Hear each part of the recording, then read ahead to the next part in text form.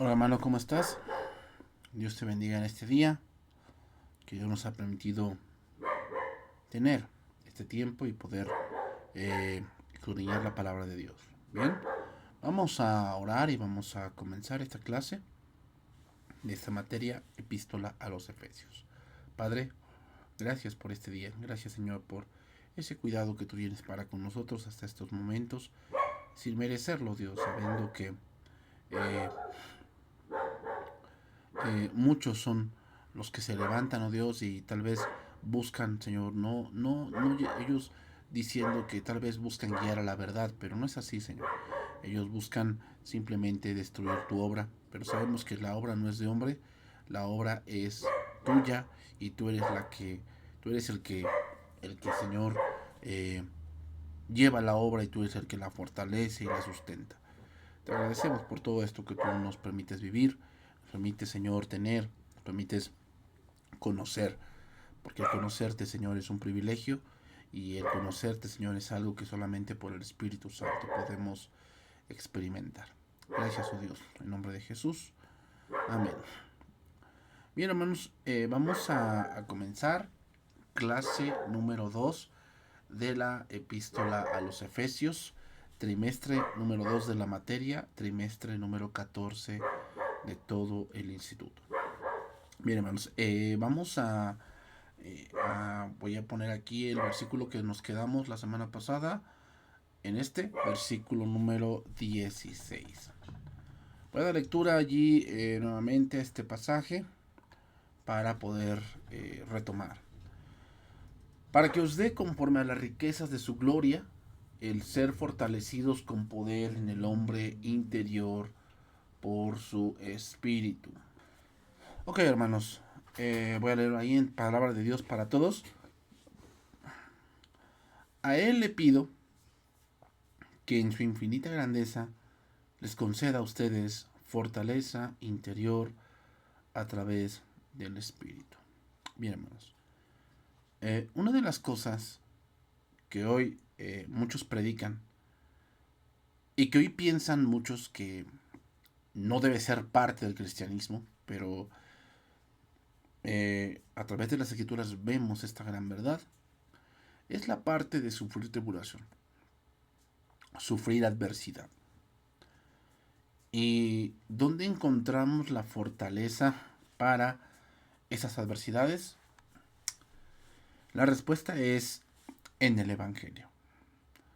Eh, Sin duda, nosotros podemos animar a otros y hacerles ver que entendemos la situación en la que pasan o lo que están viviendo en ese momento.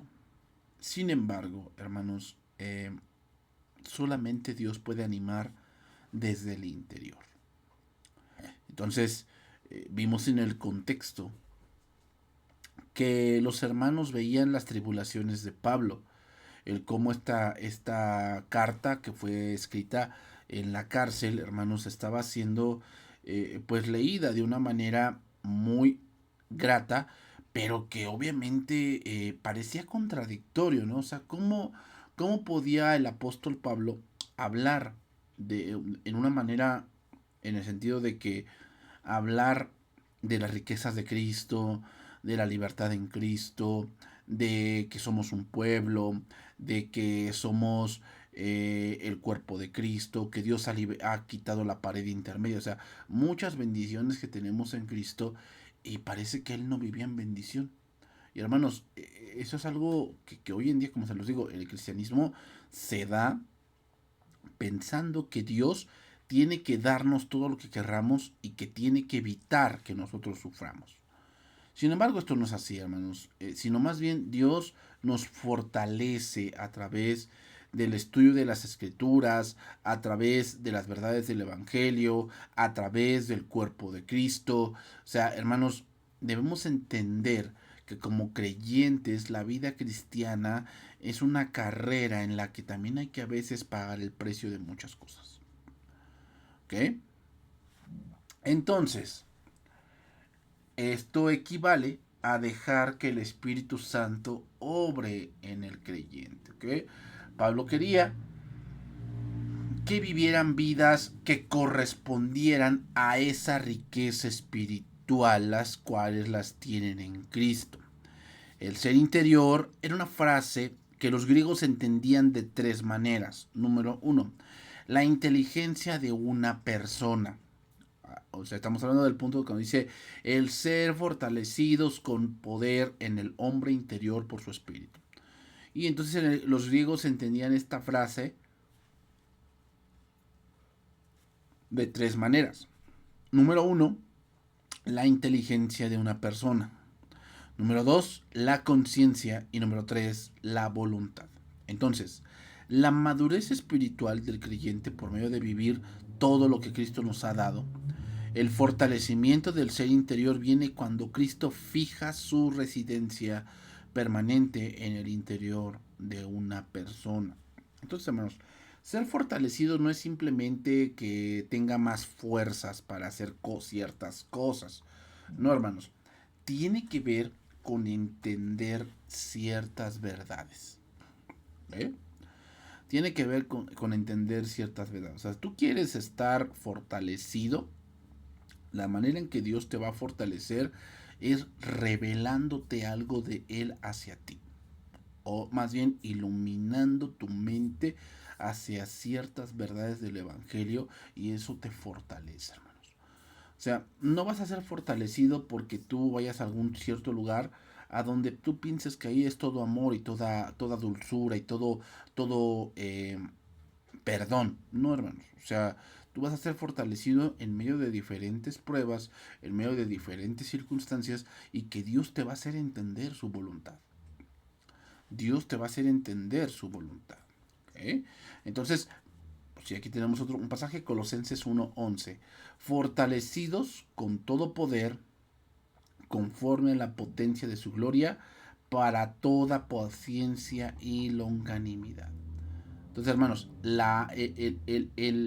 el ser fortalecidos en el hombre interior tiene que ver, hermanos, con hacer lo que a Dios le agrada. Podemos ver esta frase, ¿se acuerdan de aquel pasaje donde Jesús dice que dice en el Evangelio de Lucas que Jesús oró en el huerto de Getsemaní, diciendo al Padre que si era posible pasara de él esta copa, pero que no se hiciera su voluntad, sino la voluntad del Padre? Entonces dice, vino un ángel para fortalecerle. Pero ¿cómo qué quiere decir para fortalecerle? Que ya no tenía miedo, que ya no tenía esa parte en donde él, pues había llegado la hora en que el Hijo de Dios tendría que ser separado del Padre porque iba a ser hecho maldición por nosotros. O sea, ya iba a llegar ese momento. Entonces, ¿para qué Dios lo fortaleció? ¿Para qué el Padre fortaleció al Hijo? La respuesta es, lo fortaleció para ir a la cruz. O sea, vean hermanos, muchas veces pensamos que fortalecer tiene que ver con que Dios cambie la circunstancia en la que estamos viviendo. Y no, muchas veces Dios quiere que pasemos por ahí. Dios quiere que vivamos eso. Dios quiere que experimentemos cierto dolor, ciertas lágrimas por cierta situación que ha surgido. Pero, hermanos, Dios está allí para fortalecernos y hacernos ver algo más allá de lo que estamos viendo en ese momento. 2 Corintios 4:7. Tenemos este tesoro en vasos de barro. O sea, se refiere aquí Pablo a nuestros cuerpos. ¿Por qué vasos de barro? Bueno, pues porque son cuerpos frágiles, somos frágiles, hermanos. ¿No? Ya cuando estás llegando a los 45, a los 40, pues ya hay muchas cosas que empiezan a ser comunes, ¿no? O sea, en el sentido de que pues a veces hay mañanas en las que te levantas pues físicamente bien, hay otras mañanas que tal vez te sientes que no descansaste nada, hay otras mañanas en las que pues la espalda duele el cuello, cosas así, ¿no? Entonces tenemos cuerpos, hermanos, estos cuerpos que son frágiles, que tienen ciertas cosas eh, que demuestran debilidad, y más de una debilidad es que necesitamos comer, necesitamos dormir, necesitamos beber, necesitamos ciertas tal vez distracciones, ¿no? No podemos estar todo el día siempre enfocados en una cosa. A veces necesitamos distracciones y que el cerebro tome un descanso. Pero eso es debilidad, hermanos. Eso es debilidad. Pero Dios ha hecho esto para qué, dice ahí, para que la excelencia del poder sea de Dios y no de nosotros. El contexto, Pablo está hablando del ministerio del Evangelio. De eso está hablando Pablo, y él está hablando de que Dios les ha encargado el Evangelio y que ellos predican el Evangelio, pero ellos no son los que tienen el poder, ni que ellos son los que tengan la autoridad, como hoy tantos se jactan, y que Él no es el que tiene toda esta parte del conocimiento, ¿no? Dice ahí, versículo 8, que estamos atribulados en todo, mas no angustiados. Aquí se ve el poder de Dios. ¿Se dan cuenta, hermanos? O sea, ¿vamos a estar atribulados todos? Todos vamos a estar atribulados de alguna u otra forma. Pero no angustiados. Angustiados significa que no estamos totalmente desganados, que casi llegamos a la depresión, ¿no, hermanos? En apuros, más no desamparados. O sea, sí, a veces tenemos ciertas cosas que nos limitan, que nos restringen, que muchas cosas, pero Dios no nos tiene desamparados. Dice ahí, perseguidos, mas no desamparados, derribados, pero no destruidos. ¿Verdad? Derribados, o sea, puede ser que a lo mejor, pues sí, nos lograron meter a la cárcel. Nos lograron meter a la cárcel. Sí, a lo mejor dañaron un poco nuestra persona, ¿no? Dios permitió que nos golpearan, pero no destruidos. No destruidos. Dice ahí, llevando en el cuerpo siempre, por todas partes, la muerte de Jesús, para que también la vida de Jesús se manifieste en nuestros cuerpos. ¿Qué quiere decir esto? No significan los estigmas, ¿okay? No, de nada, no está hablando de eso Pablo. De hecho, los estigmas es un pensamiento gnóstico. Lo que Pablo está hablando aquí es que la vida que ellos llevan sujeta a la voluntad de Dios es un gran testimonio del poder de Dios.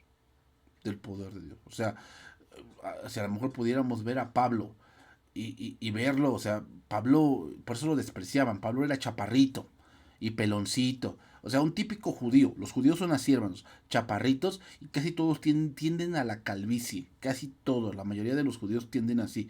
Y otra cosa que tienen los judíos, hermanos, es una nariz muy prominente. O sea, tú puedes darte cuenta que alguien es judío porque tiene esa nariz aguileña peculiar. Así era Pablo. Entonces, tú veías a Pablo, pues así todo bien chaparrito y flaquito, y tú decías, oye, este hombre con un aire se va a romper, ¿no? Se va a romper este hombre, o sea, no era alguien con una presencia así, espectacular, ¿no? Como hoy se ve a estos pseudos profetas o pseudos pastores o pseudos apóstoles que pues tienen trajes Calvin Klein y ¿cómo se llama? Dolce Vita y ya unos zapatos que les aumentan 2 o 3 centímetros, ¿no? Entonces se ven imponentes porque van al gimnasio y están con una espalda prominente y todo ese tipo de cosas. No, Pablo no era así. Pablo no era así, entonces pues obviamente lo menospreciaban porque Pablo pues no era de una presencia así muy así como que digamos impresionante. Entonces ver que Pablo era así y de repente ver todo lo que Pablo sufría y ver que aún con todo eso Pablo se mantenía en pie y seguía predicando el Evangelio, era algo sorprendente. Y si alguien le preguntara, oye Pablo, pues ¿cómo le haces, no? ¿De cuál tomas? ¿Qué vitaminas consumes, no? Y yo digo que Pablo les diría, no, o sea, eso es Cristo en mí. Cristo me está fortaleciendo. ¿Por qué? Porque yo sé, o sea, yo sé que me espera otra cosa. Versículo 11. Dice, porque nosotros que vivimos siempre estamos entregados a muerte por causa de Jesús, para que también la vida de Jesús se manifieste en nuestra carne mortal. Lo que Pablo está diciendo aquí es, nosotros estamos completamente confiados en Jesús de que si mañana hemos de morir, bueno, así será. Y si no hemos de morir es porque Cristo así ha designado que no muramos. De manera que la muerte actúa en nosotros y en vosotros la vida. ¿Qué significa la muerte? O sea, que nosotros estamos poniendo en riesgo nuestra vida de tal manera que el Evangelio llegue a ustedes. Estas palabras, hermanos, son el resultado de alguien que de verdad en su ser interior se ha fortalecido en Cristo. Hermanos, a lo mejor no somos perseguidos como Pablo. No somos perseguidos así, que, como dijo Pablo en 2 Corintios capítulo número 11, ¿no? En peligro en peligro por los caminos, en peligro de ladrones, en peligro de falsos hermanos, en peligro de los de mi nación. Eh, He recibido 40 azotes menos uno, naufragado, fui descolgado de una ventana. No, hermanos, o sea, a lo mejor no hemos pasado por todo ese tipo de cosas, pero ¿cómo tener fortaleza? Pues para oír de tus padres que aquellos padres que te decían que tú eras su hijo y que te mostraban su cariño y de repente todo cambia porque creíste en Cristo y ahora te dicen que tú no tienes padres y que tú no eres su hijo y que tú nunca vuelvas a venir, nunca vuelvas a venir a este lugar. Hermanos, es difícil, es difícil. ¿Quién te va a poner esa fortaleza en tu ser interior? Dios, Cristo a través del Evangelio. Cristo a través del Evangelio. O sea, óiganlo bien, hermanos. Si tú quieres pasar por ese tipo de pruebas, quieres de verdad aprobar, la respuesta no es alejarte y conmiserarte. O sea, eso déjaselo para el mundo, que no tiene esperanza. Tú tienes una esperanza, y esa esperanza está en el Evangelio. Y mientras tú parece que mueres, Dios está actuando en esa familia. Dios está actuando en tus padres. Dios está actuando en tus hijos. Dios está actuando en tu trabajo. Dios está actuando con los hermanos en la congregación. Eso se puede decir también igual de los pastores, ¿sí? Es un grato privilegio ser un pastor, hermanos. Es grato privilegio porque algunos quieren y no pueden. Y los que quieren y los que no quieren, Dios les llama. Pero también tiene sus bemoles. También tiene sus bemoles, hermanos. Sí, sí, sí, también los tienen. Uno de ellos es que, pues, sabes que tu familia va a estar en boca de muchas personas. Y sea o no sea verdad lo que se habla, tu familia va a estar en boca. Y muchas de esas cosas tenemos que callar. ¿Por qué? No porque no podamos decirlas nosotros también. Claro que podemos. Pero eso no es lo que Cristo quiere. Porque no estamos puestos para estarnos defendiendo nosotros. Estamos puestos para predicar el Evangelio. Para eso estamos puestos. ¿Quién nos va a dar la fortaleza para que a pesar de todas esas cosas y a pesar de las traiciones y a pesar de que tal vez la gente o las personas que hablaron de ti están en segunda fila, tú prediques el Evangelio? O sea, el púlpito no puede ser utilizado para andar aventando indirectas. O sea, no, no, hermanos. O sea, nosotros tenemos que hablar el Evangelio, porque es el Evangelio quien va a cambiar a la gente, no nosotros, no nuestra ira, no nuestra inconformidad. Eso no va a cambiar a la gente. Lo que va a cambiar a la gente es el Evangelio. Y vean lo que dice el versículo 17. Lo que dice el versículo 17. Para que habite Cristo por la fe en vuestros corazones, a fin de que arraigados y cimentados en amor. Mira, Pablo nos está llevando aquí al proceso de santificación del creyente y no a la salvación en sí misma. Hermanos, los propósitos de las pruebas, las tribulaciones y aún el punto de caminar en Cristo es que Cristo se ha formado en nosotros. Dice traducción viviente: entonces Cristo habitará en el corazón de ustedes a medida que confíen en Él. Echarán raíces profundas en el amor de Dios y ellas los mantendrán fuertes. ¿Te cuenta? Hermanos, una persona que anda de iglesia en iglesia no va a echar raíces.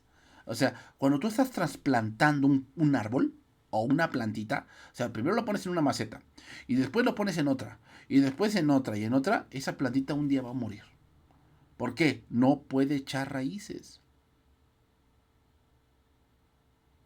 Esa es la razón por la cual muere, porque no puede echar raíces. Nosotros, hermanos, como yo te lo dije la semana pasada y en la sesión pasada, eh, Tú tienes que buscar crecer. Pero para crecer primeramente tienes que echar raíces. ¿En qué? En una congregación, no choreado de sana doctrina, sino en una congregación que busque la voluntad de Dios. ¿Cómo es que buscan la voluntad de Dios? Pues que estudian la Biblia. Estudian la Biblia. Ninguna congregación es perfecta, hermanos. Ninguna. Quítate eso de la mente. Sino tú debes buscar una congregación que de verdad busquen de Dios. Y echar raíces. Echar raíces. ¿Qué es echar raíces? Involúcrate. Asiste a las reuniones. Asiste a los diferentes llamados que se hacen para la comunión. Porque eso es parte de echar raíces. O sea, cuando una persona echa raíces en su familia, pues tiene un roce con su padre, con sus hermanos. Dos, eh, empieza a conocerlos también. Conoce las debilidades de su papá, pero también sus fortalezas. Y los conoce no para juzgar a su padre, las conoce para ver que su padre también está luchando y que también está creciendo como persona. No para juzgarlo como hijo, o sea, conoces a tus hermanos y sabes que este hermano es muy llorón, que tu hermana es muy enojona, que tu otra hermana es muy amorosa. Incluso ellos mismos te dicen a ti cómo eres tú, ¿no? Que a lo mejor eres muy dejado, que a lo mejor eres muy mandón, que a lo mejor eres muy enojón. O sea, nos empezamos a conocer. Lo mismo pasa en la iglesia. O sea, empezamos a conocer a los hermanos y vamos viendo sus debilidades. O sea, pues obviamente que sí. Y obviamente tienes más cercanía con algunos, pero no para juzgarlos, sino para ver que estamos en el camino de Cristo y que estamos echando raíces en Cristo, ¿no? Orando unos por otros, animándonos unos a otros, exhortándonos unos a otros y perdonándonos unos a otros. Y estás echando raíces, hermanos. Y ve, o sea, yo te lo digo, después de varios tiempos, cuando el hermano que pues, a lo mejor era un dolor de cabeza, hasta tú lo ves necesario.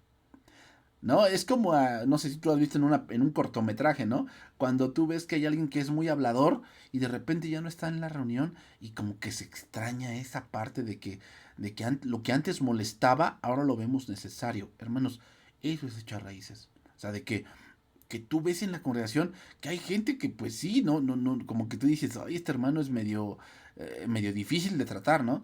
Pero después te vas dando cuenta que es necesario. Que es necesario, hermanos.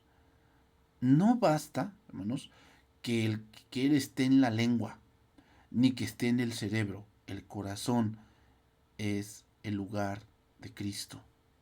O sea, hay mucha gente que habla muy bien y bendiciones y tienen un lenguaje cristiano, pero no un corazón cristiano.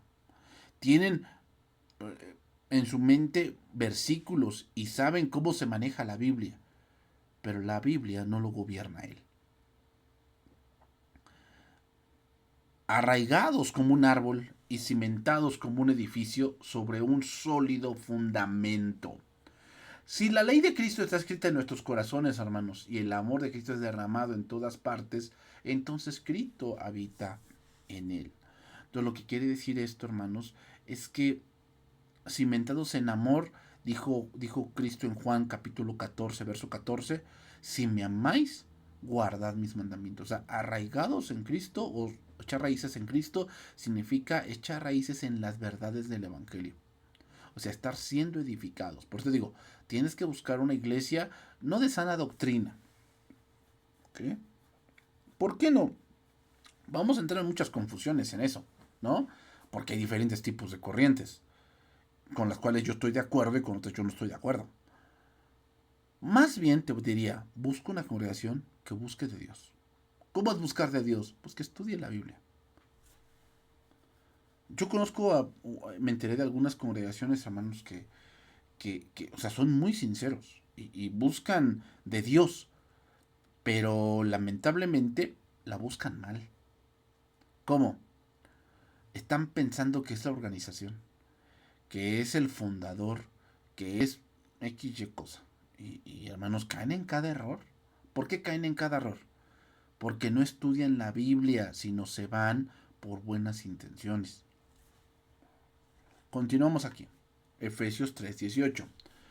Para que seáis plenamente capaces de comprender con todos los santos cuál sea la anchura, la longitud, la profundidad y la altura, y de conocer el amor de Cristo que excede a todo conocimiento, para que seáis llenos de toda la plenitud de Dios. Aquí surge una pregunta, hermanos. ¿Qué es comprender el amor de Cristo? ¿Significa lo que Él sintió? Hermano, te voy a decir algo. El amor no es un sentimiento. El amor es una decisión. ¿Eh? El amor no es un sentimiento. El amor es una decisión. ¿Por qué es una decisión? Bueno, prácticamente los que se han casado, cuando te llaman y haces un voto, ¿qué estás haciendo? Tomando una decisión de amar, sea cual sea la situación. Sea cual sea la situación. ¿Verdad? Ya sea la salud o la enfermedad. O sea, date cuenta, las situaciones no deben hacer que tú ya no sientas amor. Tú has decidido. Cuando tú llegas a Cristo, no es que tú decidiste que Dios te amara. No, hermanos. La palabra de Dios dice en primera de Juan, los que están estudiando las cartas de Juan, nosotros amamos a Dios porque Él nos amó primero.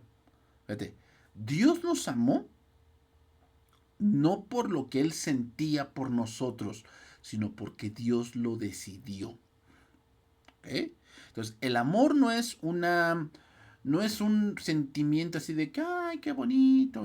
Y cuando llegamos a la iglesia, hasta siento como el aire cambia y toda la cosa. Hermanos, no es así. Luego, no sé si te ha tocado, pero a mí me ha tocado que a veces hay una situación complicada dentro de la congregación y hasta el mismo ambiente se siente, ¿no? Que es un poco pesado, ¿no? Un poco pesado. Y entonces ya no está ahí el amor de Dios. No, hermanos, estamos decidiendo amar, pero en esa decisión, pues tenemos que resolver, ¿o no? Tenemos que resolver las cosas. O sea, el hecho de que tú te pongas con tu esposa o con tu esposo a resolver cierta dificultad económica o cierta dificultad de los hijos o cierta dificultad dentro también de la iglesia, ¿no? O sea, que está ocurriendo algo aquí y como que no nos está pareciendo lo que está ocurriendo dentro de la congregación. Si tú decides amar, hermano, vas a hacer lo que Dios te dice. ¿Cómo es esto? Bueno, no me está pareciendo. Pues vamos con el pastor y le expresamos que no nos está pareciendo y cuáles son las razones por las cuales se nos estamos yendo por este camino, ¿no? Porque se están tomando estas decisiones dentro de la congregación. Y si no es así, y si no nos parece, bueno, en ese amor decidimos pues retirarnos, ¿no? Decidimos retirarnos. Pero hermanos, o sea, tú qué, o sea, ¿qué nos dice cuando una persona, no sé, se casó, ¿no? Y tomó votos y toda la cosa, y de repente él toma la decisión, o ella toma la decisión de dañarlo, ¿no? De meterse con otra persona, de no contarle que ella ya tenía, ¿no? Lo que se da mucho en Estados Unidos, que viene una mujer o un hombre de Cuba, ¿no? Y se encuentra con una persona aquí en Estados Unidos, de Puerto Rico, y él no le cuenta que él tiene un pasado, él tiene hijos, él tiene una familia que dejó en Cuba o que dejó en Nicaragua o no sé, ¿no? Y cuando se descubre toda la verdad, él hiere, él la hiere o ella lo hiere a él. O sea, no tomó la decisión de amar, tomó la decisión de ocultarle algo que a gran escala la iba a herir. Entonces, hermanos, eh, es es muy importante que entendamos no lo que sintió Cristo, sino el alcance de lo que es el sacrificio de Cristo. A eso nos referimos. A eso nos referimos. O sea, Dios no quiere que tú veas qué sintió Cristo, ¿no? No, hermanos, no. Dios quiere que veamos el alcance de la salvación de Dios. Cuán ancho, cuál sea la anchura, ¿no? Cuál sea la anchura del amor de Dios, ¿ok? O sea, cómo Dios ha mostrado su amor a través de toda la vida del ser humano. Entonces, podemos dar cuenta, hermanos, que mira, muchos, el hombre se queja de que Dios ha sido ¿cómo se llama? El que más ha matado seres humanos en el diluvio, en Sodoma y Gomorra, en la Segunda Guerra Mundial, en la Primera Guerra Mundial, y acusan a Dios. Pero hermanos, si nos analizamos bien, Dios ha tenido que intervenir en muchas de esas cosas y sigue interviniendo porque el ser humano no sabe cómo vivir su vida. No sabe. Si Dios en su amor no interviniera, bueno, es más, si Dios en su amor no hubiese intervenido en nuestras vidas, ¿dónde estaríamos hoy? ¿Dónde estaríamos hoy? O sea, estábamos tomando decisiones, pues, demasiado lejanas a Dios, que ponían en riesgo nuestra vida. Y Dios llegó en el momento adecuado para que hoy tuviésemos la dicha de conocerle.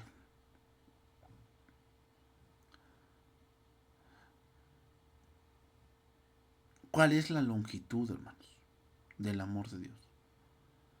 O sea que el amor de Dios nos sigue guiando a través de nuestra vida cristiana. O sea, el amor de Dios no se queda simplemente en que nos amó en la cruz. No, hermanos, nos sigue amando porque envió al Espíritu Santo. O sea, ven el amor de Dios. Por eso decimos que uno del mundo no sabe amar. ¿Por qué? Porque no, ¿cómo puede hablar del amor si no conoce a Dios? Es Dios quien nos tiene que enseñar cómo se debe de amar. Por eso se le dice al varón que ame a su esposa como Cristo amó a la iglesia, porque Él puso la muestra de cómo es el amor. O sea, el amor no es sentir, el amor es decidir. Cuando dijo Cristo, por eso me ama el Padre, porque yo pongo mi vida para volverla a tomar. Nadie me la quita, sino que yo de mí mismo la pongo. Tengo poder para ponerla y tengo poder para volverla a tomar. Por eso cuando decimos, es que, ¿por qué tu hombre traes el dinero a la casa y a poco mantienes a tu esposa? Y yo les diría, no, yo no mantengo a mi esposa, yo amo a mi esposa. Amo a mi esposa. ¿Cómo la amas? Porque veo por ella. Como Dios ve por mí. Y ven, hermanos, o sea, el feminismo ha sacado el amor de Dios de la ecuación y ha metido la meritocracia. O sea, ¿tienes méritos para que yo ande contigo? ¿Tienes méritos para que yo te mantenga? ¿Tienes méritos para que yo te compre tal cosa? ¿Ven? ¿Se dan cuenta cómo hoy el hombre ha quitado el amor de Dios y ha metido el humanismo? Pensar que si algo quieres te lo tienes que ganar. Y no, pero no saben el límite de lo que es eso. Vemos la longitud de Dios, del amor de Dios. Cómo Dios nos sigue guardando a pesar de que aún seguimos pecando. La profundidad del amor de Dios. ¿Cuál es la profundidad del amor de Dios? Que Dios conoce todo de nosotros, hermanos. ¿Cuánta gente no ha pensado diciendo, es que si le cuento esto a mi pareja, me va a dejar de querer? Tal vez ella me rechace. O sea, pensando que el amor no puede ser tan profundo porque hay algo que puede apagar el amor. Hermanos, no hay ningún pecado que apague el amor de Dios. No hay ninguno. No hay ninguno. Por eso dice la palabra que debemos acercarnos a Él en plena confianza, al trono de la gracia. ¿Por qué? Porque el amor de Dios es tan profundo. El amor de Dios cubre tal pecado que, o sea, puede perdonar al más miserable pecador, que el pecado lo ha llevado hasta lo más profundo de la podredumbre. De ahí Dios puede sacarnos. Y la altura del amor de Dios. ¿Qué significa la altura del amor de Dios? ¿Hasta dónde nos lleva? Hermanos, ese amor nos lleva hasta la eternidad. Qué altura es el amor de Dios. Pero nuevamente lo repito, no estamos hablando de sentir, hermanos. Estamos hablando de decidir. La pregunta que, y comparando esto con el esposo, ¿no? ¿Cuán profundo amas a tu esposa? ¿Cuán profundo amas? Y el punto es, del cómo puedes analizar cuán profundo amas a tu esposa, es qué es lo que más conoces de ella. Lo más profundo de ella. Lo conoces, aún lo feo. No sé, ¿no? Cómo se levanta en la mañana, que a lo mejor hay estas cosas que se le dificultan porque no puede ser buena en todo, ¿no? Y se le dificulta. Y tú conoces esa parte, conoces su debilidad, no sé, en la comida, en el sueño, con su familia, en su sentimentalismo. O sea, tú conoces sus debilidades de tu esposa y eso te hace amarla o menospreciarla. Tú debes de entender que Dios quiere que tú ames o que nosotros amemos como Él nos ha amado. Y nuestro amor debe ser profundo. ¿Cómo debe ser profundo? Que a pesar de lo que conocemos de nuestra pareja, decidimos amar. Decidimos. Y eso también aplica para la iglesia. A veces, como pastores, escuchamos cosas que nos hieren en lo más profundo. Nos hieren. ¿Por qué? Porque a veces viene de personas que considerábamos nuestros amigos, que considerábamos eh, nuestros consiervos, que considerábamos gente de nuestra confianza y que de repente te volteen bandera y hablen cosas que te llenen lo más profundo. Duele, hermanos, pero ¿qué? Decidimos amar, no porque seamos santurrones, decidimos amar como decidimos perdonar y seguir adelante con lo que Dios nos ha mandado. ¿Es difícil? Claro que sí lo es. Lo es, hermanos. Y te voy a decir algo, hermano, y con esto termino. Si tú decides amar, decides sufrir. ¿Eh? Si tú decides amar, decides sufrir. Que Dios te bendiga. Y nos estamos escuchando en la próxima clase. Bendiciones.